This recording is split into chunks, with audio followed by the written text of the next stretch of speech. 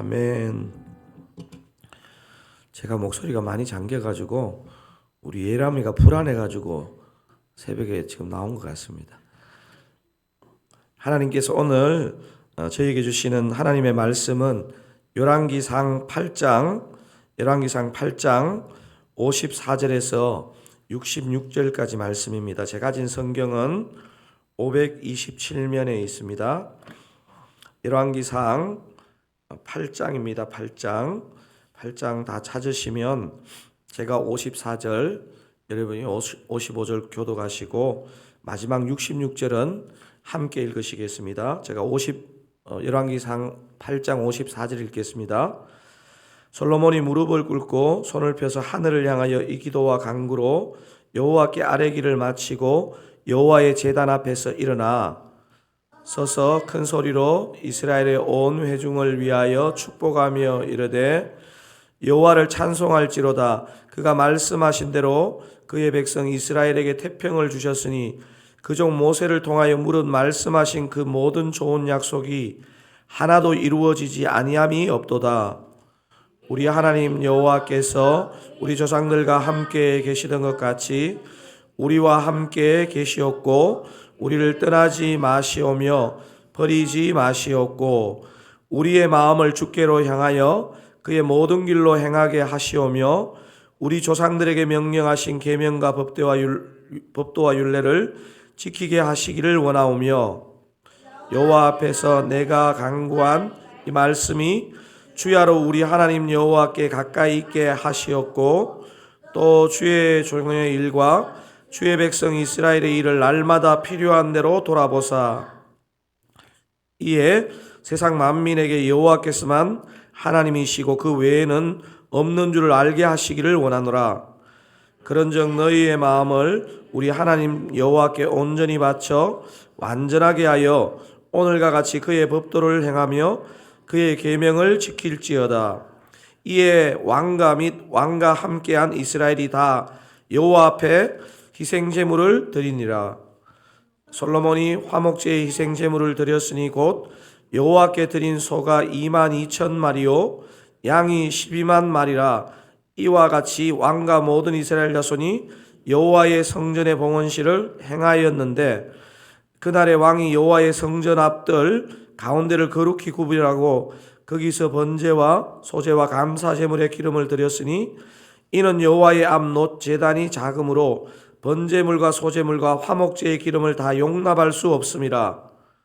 그때에 솔로몬이 7일과 7일 도합 14일간을 우리 하나님 여호와 앞에서 절기로 지켰는데 하맛 어기에서부터 애국강까지의 온 이스라엘의 큰 회중이 모여 그와 함께 하였더니 함께 읽으시겠습니다.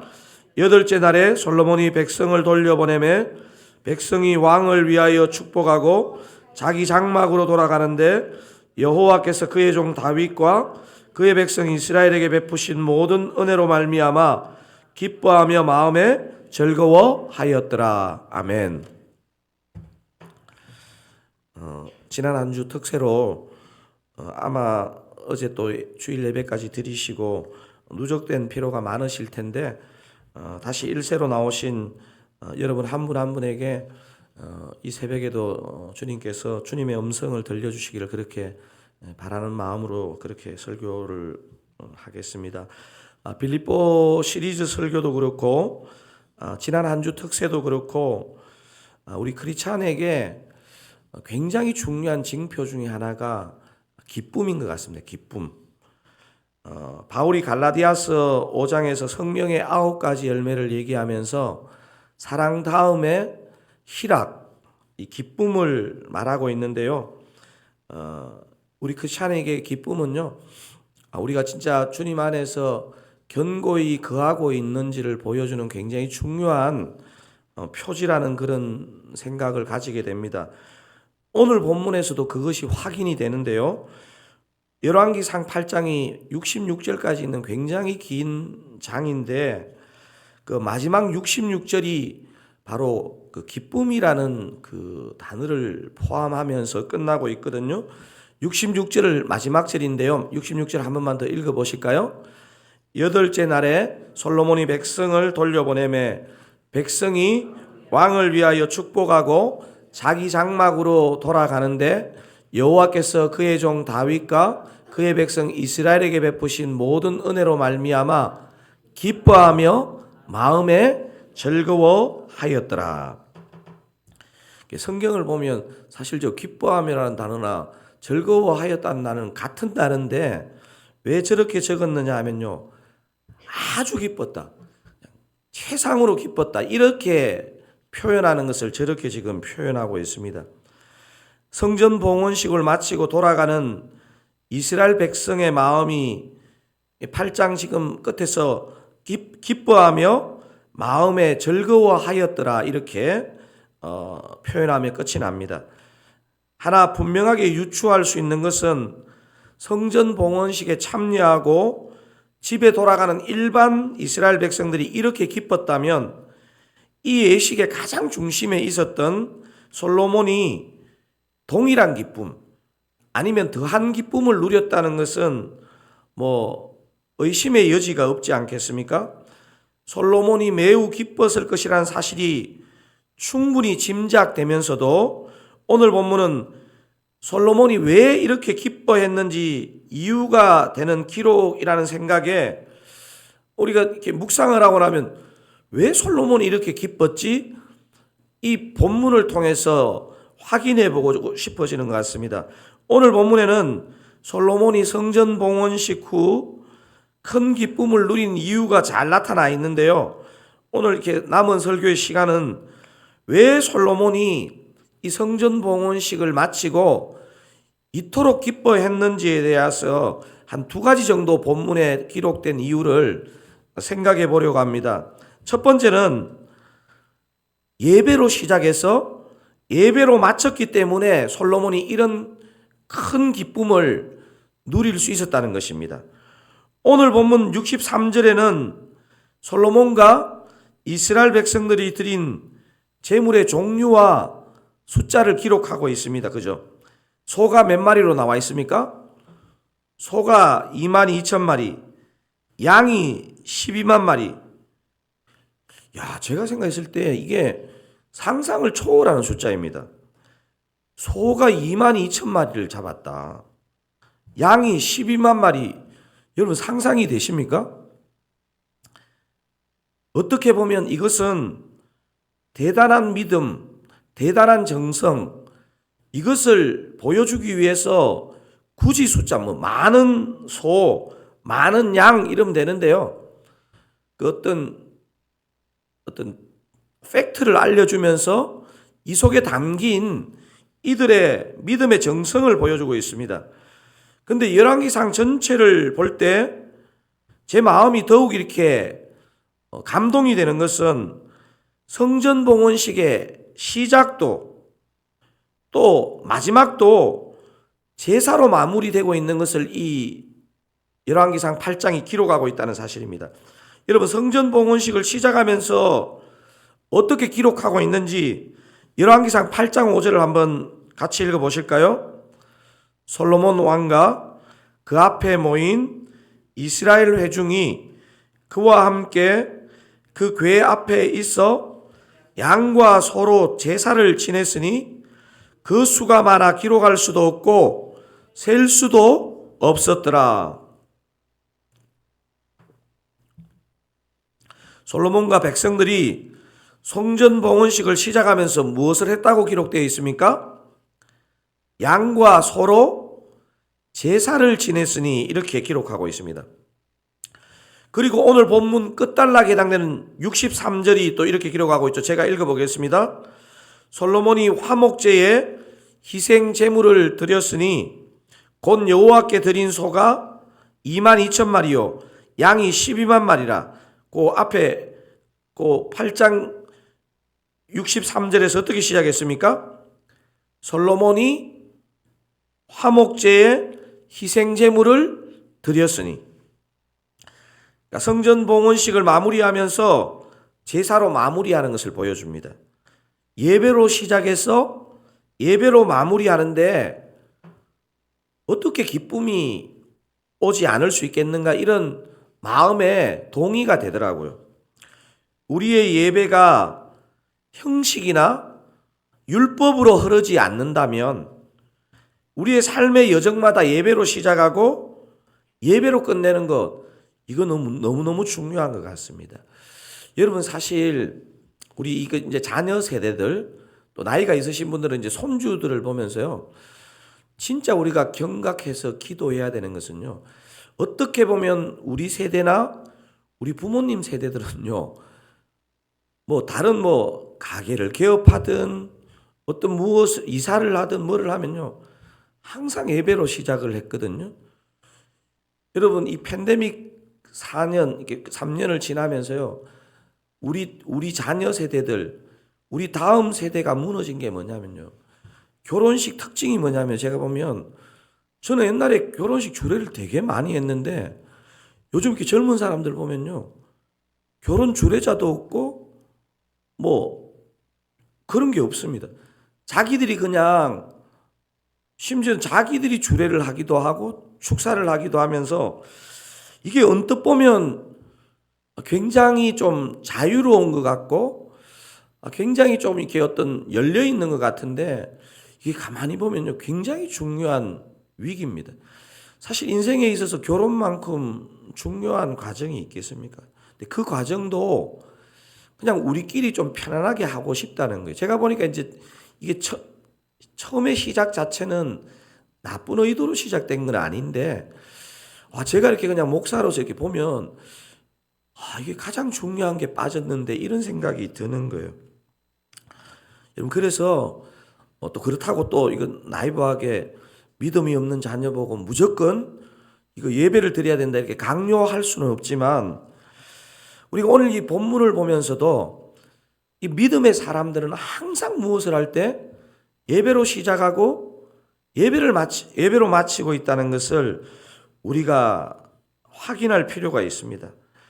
우리 드사랑 가족 여러분들도 이번 한 주간의 삶의 시작도, 물론 어제 이제 주일 예배를 시작으로 할 수만 있으면, 우리가 형식으로 가거나 율법주의에 빠지지 않는다면 예배로 시작하고 예배로 마치는 여러분 되시기를 그렇게 축원합니다.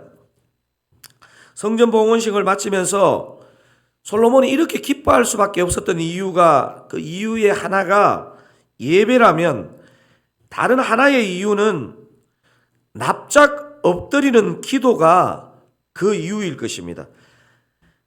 두 번째 이유가 뭐라고요? 이 기쁨이 생길 수밖에 없었던 두 번째 이유가 뭐라고요? 납작 엎드려 기도했기 때문에 솔로몬은 이런 기쁨을 누렸다는 것입니다. 우리의 자세는요, 우리의 마음을 반영하는 경우가 많습니다. 솔로몬은 처음에 그 기도를 서서 시작했습니다. 그 본문의 기록을 보면 솔로몬이 처음에는 기도를 할 때 서서 기도를 했거든요. 지금 제 자세처럼. 열왕기상 8장 22절 한번 기록을 보실까요? 솔로몬이 여호와의 제단 앞에서 이스라엘의 온 회중과 마주 서서 하늘을 향하여 손을 들고, 지금 솔로몬이 온 회중과 어떻게 되어 있다고 표현되어 있습니까? 마주 서서. 여러분과 지금 저의 자세인데 여러분도 일어나고 저도 일어났을 때의 자세, 이 자세로 기도를 시작했습니다. 재밌는 것은 솔로몬의 기도 자세가 중간에 어떻게 바뀌었는지 자세하게는 모르겠지만 54절로 딱 넘어오면요, 기도 자세가 완전히 바뀌어 있습니다. 54절 한번 읽어보실까요?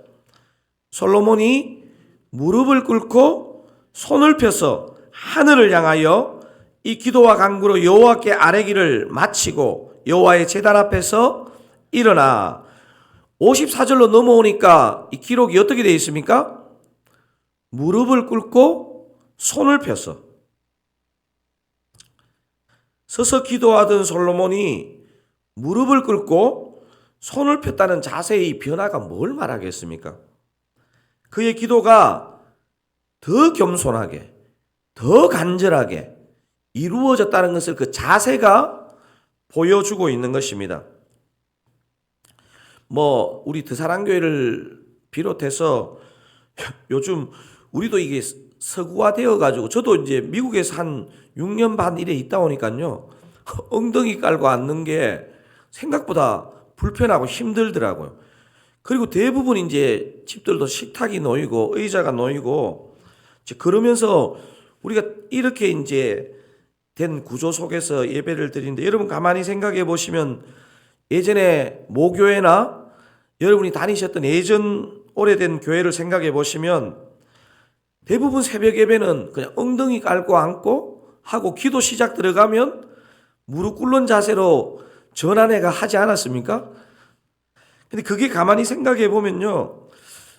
제가 생각해 보면 우리 믿음의 윗세대들은 확실히 그런 부분에 있어서는 자세가 주는 그 정성, 겸손함, 간절함 이런 것들이 있었던 것 같습니다. 근데 우리 이 현대 구조로 이렇게 앉아 있는 좌식 구조로 바뀌면서 사실 뭐 여기 앉아 있는데 갑자기 여기 나와가지고 무릎 꿇고 할 수도 없는 거지 않습니까? 그런데 오늘 이 솔로몬의 그 기도의 자세의 변화, 서서 하던 기도가 무릎을 꿇고 손을 펴서 하는 기도, 이게 참 제가 어제 말씀을 묵상하면서 다른 어떤 부분보다 이게 왜 저한테 감동이 되었냐면요. 솔로몬은 한 나라의 왕이잖아요. 왕. 한 나라의 왕이지만 이 기도할 때는 하나님 앞에 납작 엎드리는 이 자세, 이것을 하나님이 받으셨겠구나 하는 생각이 드는 거예요. 사랑하는 사랑가족 여러분, 오늘 새벽 예배를 드리면서 비록 우리의 물리적인 자세는 앉아 있을지라도 우리의 마음의 자세는 주님 앞에 납작 엎드리는 그런 자세가 되면 좋겠다 이런 생각이 듭니다. 주님이 은혜 주셔야 저는 살 수 있습니다. 주님께서만 이 기도를 들으시는 줄 믿습니다 라는 그런 마음에 납작 엎드리는 자세가 여러분과 또 저에게 있기를 그렇게 바랍니다. 사랑하는 사랑가족 여러분, 제가 어제 이제 이 말씀을 쭉 묵상하면서 말씀을 마무리해 가는데 갑자기 엘리야의 기도가 생각나는 거예요. 왜 하나님이 이 엘리야의 기도를 역사하는 힘이 많았을까? 근데 우리는 좀 이렇게 생각하는 경향이 있는 것 같아요. 엘리야잖아요, 엘리야. 천하의 엘리야. 근데 저는 어제 그런 생각이 들었습니다. 엘리야였기 때문에 하나님이 응답하신 게 아니고 그 엘리야의 기도하는 자세를 제가 다시 펴서 정확하게 성경의 기록을 확인해 보고 싶은 거예요. 여러분, 엘리야가 3년 6개월 동안 가뭄이 들어서 비가 오지 않는 땅에 본인이 하나님의 메신저로서 그렇게 전했잖아요. 근데 다시 아합 앞에서 비가 내릴 것을 예언하는 내용이 나오는데요. 그러고 나서 분명히 그 말을 선포할 때는 자기가 하나님이 주신 믿음이 있었으니까 했을 거 아니에요. 그럼에도 불구하고 요 열왕기상 17장 41절 42절에서는 그 엘리야의 기도하는 자세에 대한 특별한 기록이 있습니다.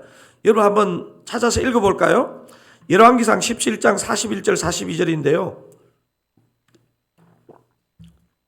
41절 42절 한번 읽어보겠습니다. 엘리야가 아합에게 이르되 올라가서 먹고 마시소서, 큰 비소리가 있나이다. 아합이 먹고 마시러 올라가니라. 엘리야가 갈멜산 꼭대기로 올라가서, 그 다음에 주의해서 한번 읽어보십시다.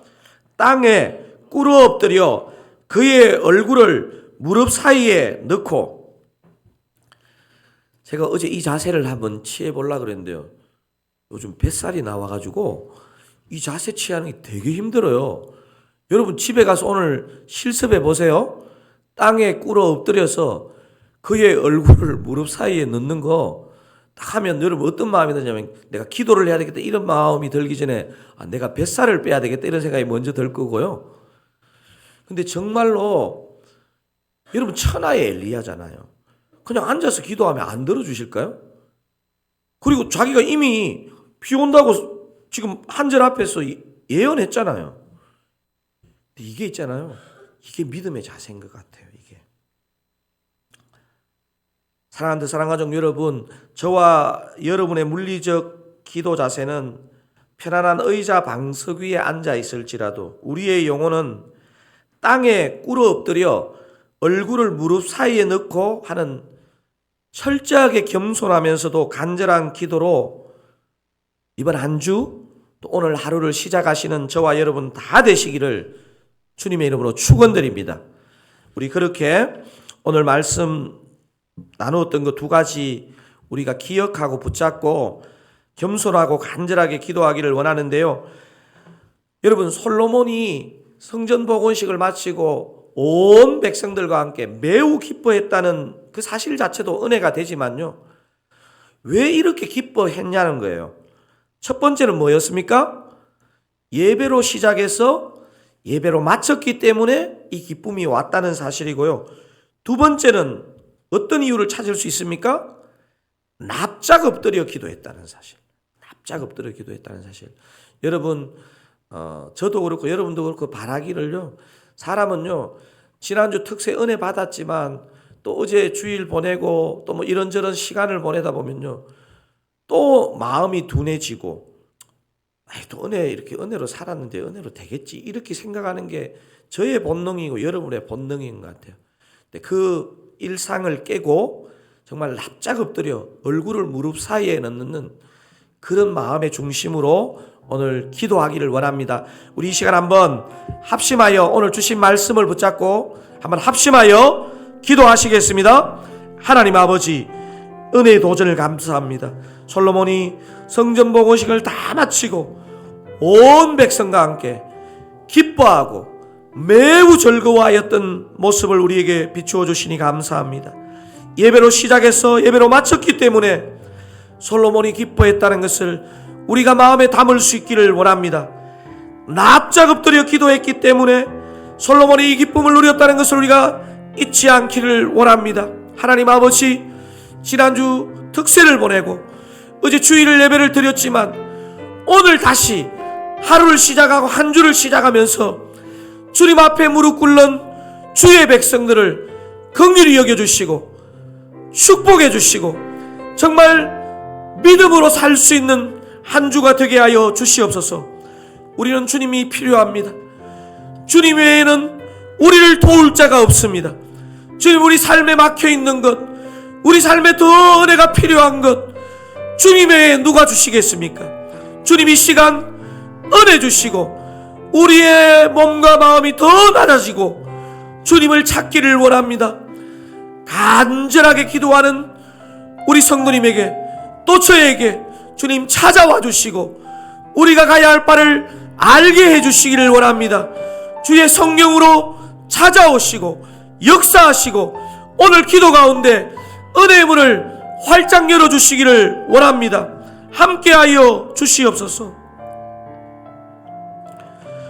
우리 세 가지 기도 제목 가지고 합심기도 한 번 더 하신 후에 개인 기도 제목 가지고 기도하시다가 오늘 하루 또 승리하시기를 바랍니다.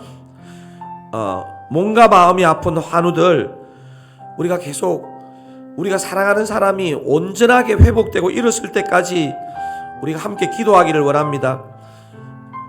우리가 계속 이렇게 느끼는 것처럼 몸뿐만 아니고 마음이 참 많이 아픈 시대를 보내고 있습니다. 특히 우리 다음 세대가, 우리 자녀 세대, 우리 주변의 학생들이 보면요, 마음에 이렇게 회복이 안 되는 병이 들어있는 사람들이 많습니다. 우리 몸과 마음이 아픈 환우들 위해서 기도하고요. 두 번째, 특세 이후에 우리의 영혼이 방심하지 않고 더 깨어 주님을 찾게 하옵소서. 담임 목사인 저부터 어린아이들까지 한 주 은혜롭게 우리 보냈다 이렇게 생각하지 않고 더 깨어 은혜가 필요한 자입니다. 이렇게 기도하기를 원하고요.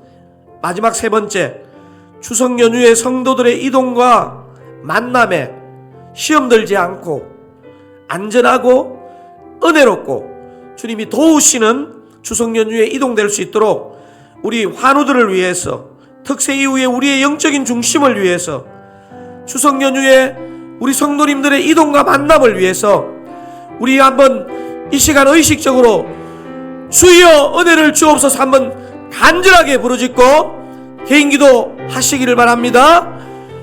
주여 은혜를 주옵소서.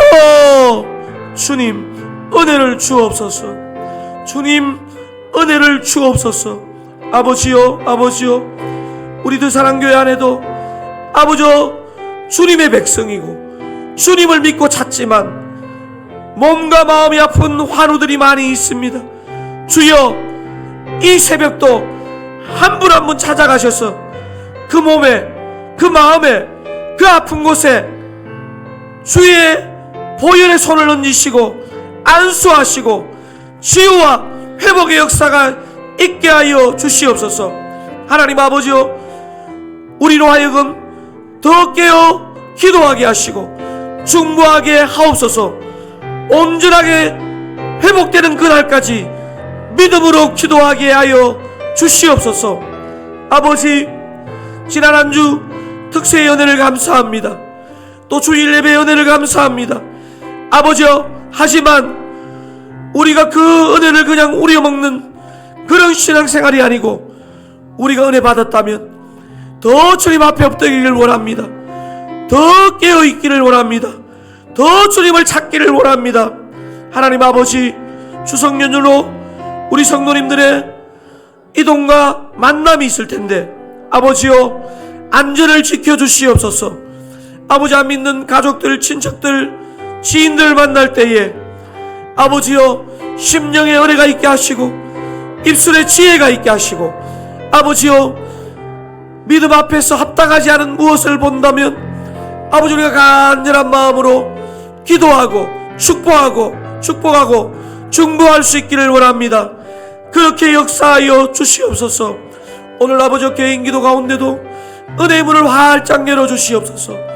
아버지 중보의 문을 활짝 열어주시옵소서. 주의 성령으로 역사하여 주시옵소서. 주님 은혜로 함께하여 주시기를 원합니다. 주여 함께하여 주시옵소서. 간구와 중보의 제목을 가르쳐 주옵소서. 아버지